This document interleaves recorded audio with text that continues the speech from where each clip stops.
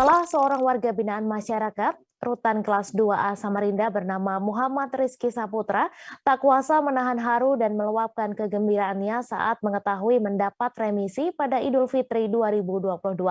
Pemotongan masa tahanan atau remisi yang diterimanya dengan kasus pasal 365 atau pencurian dengan kekerasan ini membuatnya dapat menghirup udara bebas. Penantiannya terbebas dari belenggu jeruji besi rumah tahanan milik negara ini terbayar dengan apa yang selama ini diusahakannya dalam doa. Untuk informasi selengkapnya akan disampaikan langsung oleh rekan jurnalis Tribun Kaltim Muhammad Fairosani yang kini sudah terhubung bersama kami. Silakan Fairosani. Iya, baik, rekan Mei dan Tribuners dimanapun berada, ya dilaporkan di Kota Samarinda sebanyak ada 446 warga binaan di Rutan Samarinda yang mendapat remisi Idul Fitri.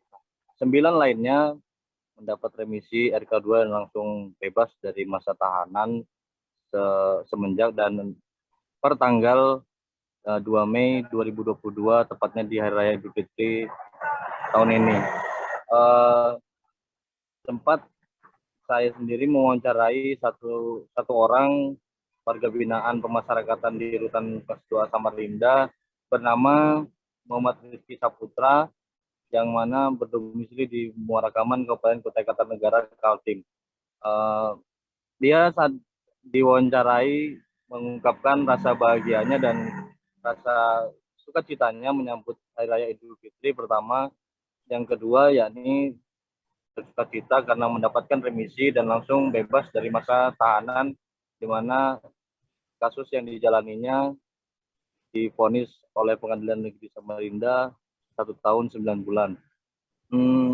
Untuk Rizky sendiri rencananya akan langsung pulang ke kampung halamannya di Muara Kaman untuk segera bekerja dan bersama sanak saudaranya berkumpul di Hari Raya Idul Fitri kali ini.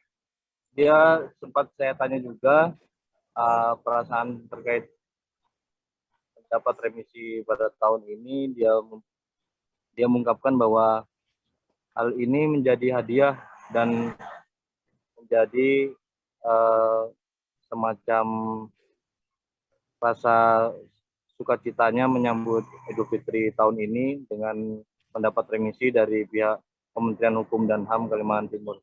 Tak lupa dia juga mengungkapkan rasa terima kasih kepada seluruh jajaran Rutan Kelas 2 Samarinda, di mana tempatnya ditahan dan menjalani masa hukuman selama setahun kemarin, sudah memberikan pembinaan serta dalam segi keagamaan juga dapat banyak merubah sikap dan tindak tanduknya yang dimana telah berkelakuan jahat, yakni dengan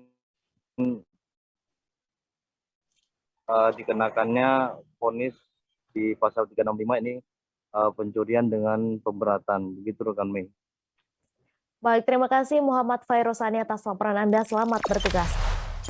Jangan lupa subscribe, share, komen, dan like ya.